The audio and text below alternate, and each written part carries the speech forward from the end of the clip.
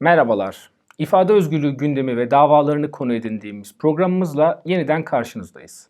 Maalesef bu haftada önceki haftalardan farklı değildi. TikTok'ta Erdoğan'ı tiye almak soruşturma gerekçesi oldu. Yine sansür, konser yasakları, erişim engelleri. İşte haftanın bizim gözümüzden bir özeti.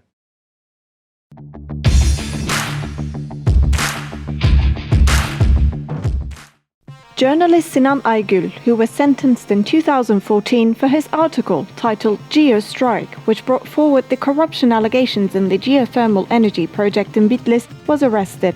The journalist has been charged with insulting Justice and Development Party Bitlis Parliament member Vahit Kiler for using the term wolf politician in the news in question. Aygül declared that he would not pay the 1,500 Turkish liras of judicial fine he received, saying that it was a blow to the freedom of press and expression. The journalist was arrested and sent to Bitlis Type E prison. Diyarbakır Chief Public Prosecutor's Office launched an investigation against the Republican People's Party Assembly member Nevat Bilek on the grounds of an interview she gave to a television channel at the Republican People's Party Extraordinary Provincial Presidency Congress held in Diyarbakır. Bilek has stated, Diyarbakır is indeed an important and historical city in Turkish Kurdistan. We are a big city. Thus, Bilek is charged with making propaganda for a terrorist organization. The Istanbul Chief Public Prosecutor's Office launched an ex officio investigation on the charge of insulting the president against those who shared videos of the citizens hiding their money with Erdogan's words, "Take out the gold under your pillows, take out the foreign currency," on social media platform TikTok.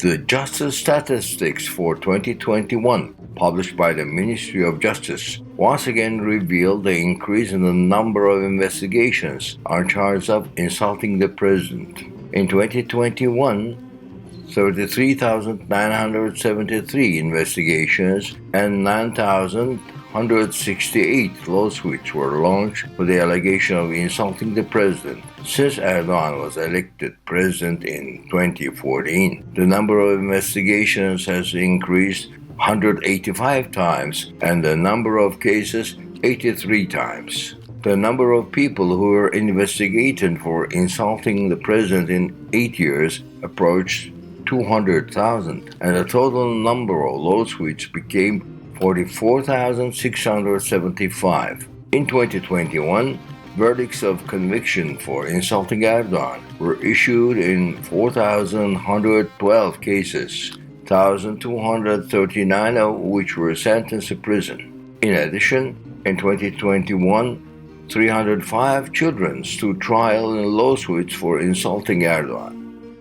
Before the march organized by ecological organizations towards Judi Mountain against the plunder of nature and forest massacre, the Şırnak Governorate announced that all kinds of activities such as demonstrations, marches, press statements and concerts throughout the city were banned for 15 days. In addition, it was announced that within the scope of the ban, those who will come from outside the city collectively or individually for protests and events would not be allowed to enter the city. The police intervened against the gathering at Kadıköy district of Istanbul for the 25th week of the Justice Watch by the relatives of ill prisoners. 8 people were detained. Kurdish artist Hece's concert at Şırnak University was cancelled by the rectorate without any justification.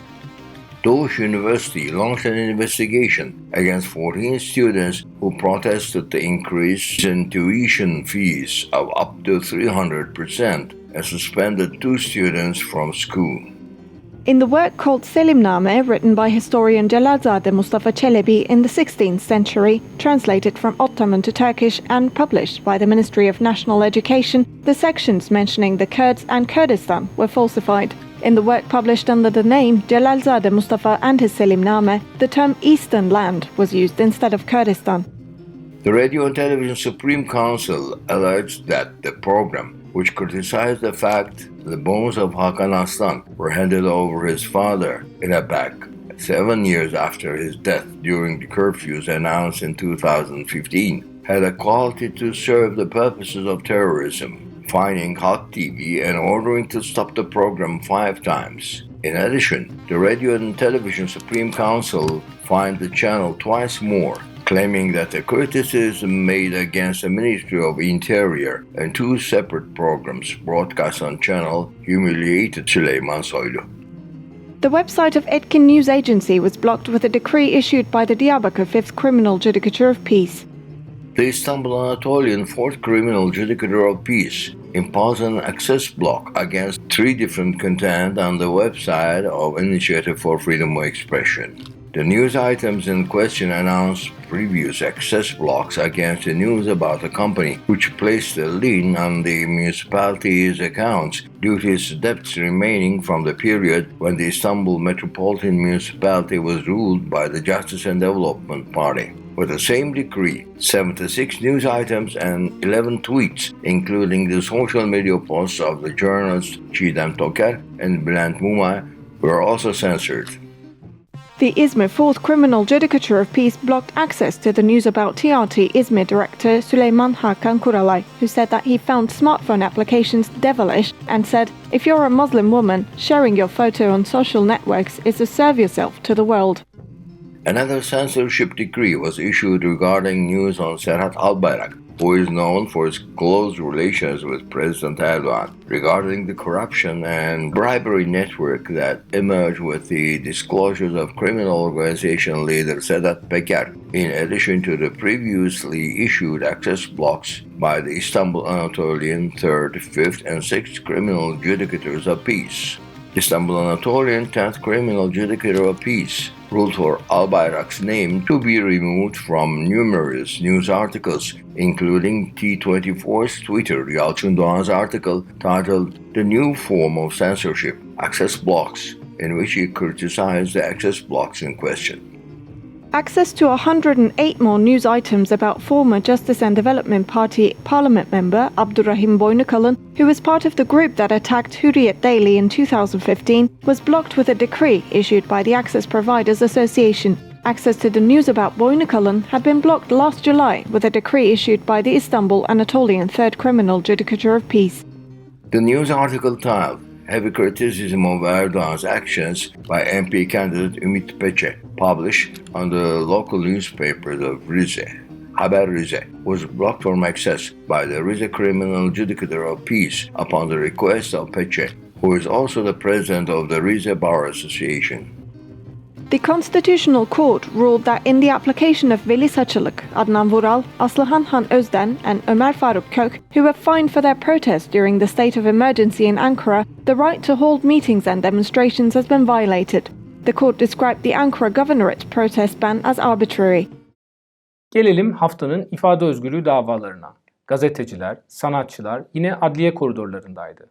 Kamuyu ilgilendiren haberler, kişilik hakları ihlali, örgüt propagandası, İftira gibi suçlamalara delil sayıldı. Bu haftanın davalarının bir özetiyle devam edelim.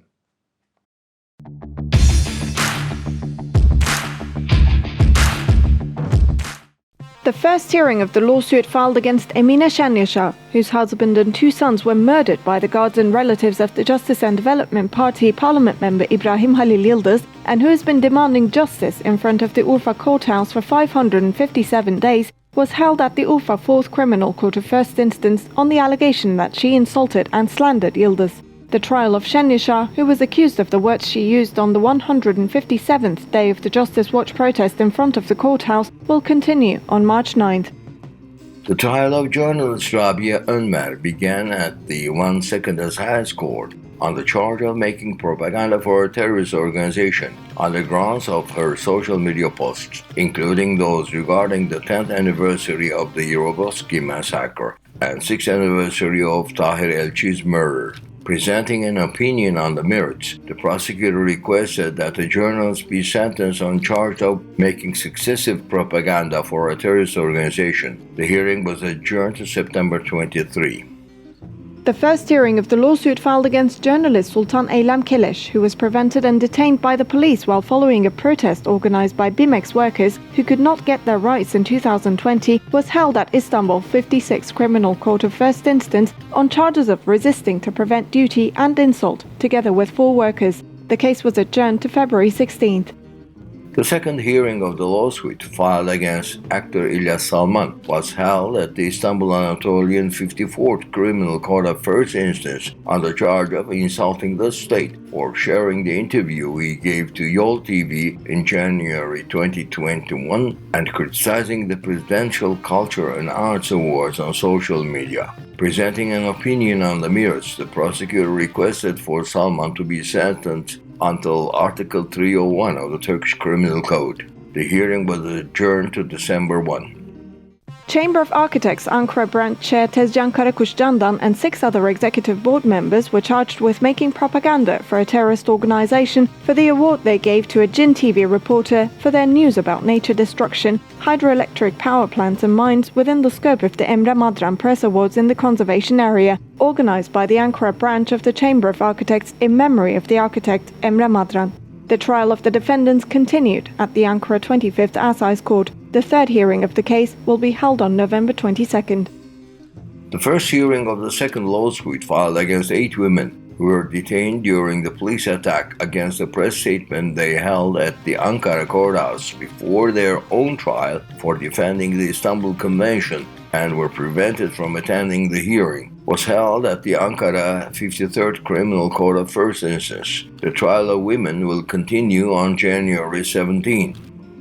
Republican People's Party Istanbul Provincial Chair Canan Kaftancıoğlu, who was accused of insulting the Minister of Interior Süleyman Soylu through her social media posts, was sentenced to a judicial fine. Ankara 71st Criminal Court of First Instance sentenced Kaftancıoğlu to a judicial fine of 10,620 Turkish liras on charges of publicly insulting a public official due to his duty.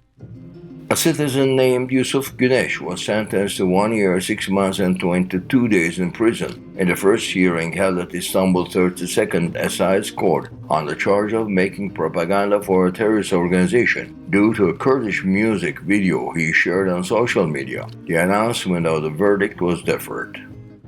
The first hearing of the lawsuit filed against 9 people who were detained during the sit-in protest organized in Istanbul in 2019 in order to react to the isolation imposed upon PKK leader Abdullah Öcalan, as well as against journalist Zeynep Kuray, who followed the protest, was held at the Istanbul 39th Criminal Court of First Instance. The trial of the defendants, who are charged with violating the law on meetings and demonstrations, will continue on November 24th.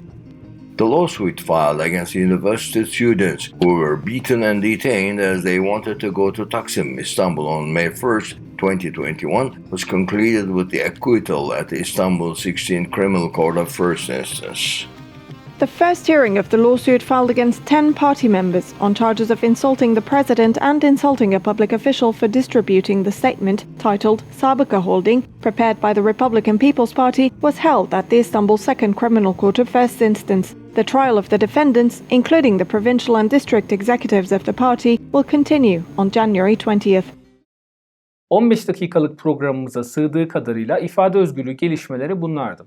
Daha fazlası için internet sitemizi ziyaret edebilir, haftalık bültenimize abone olabilirsiniz.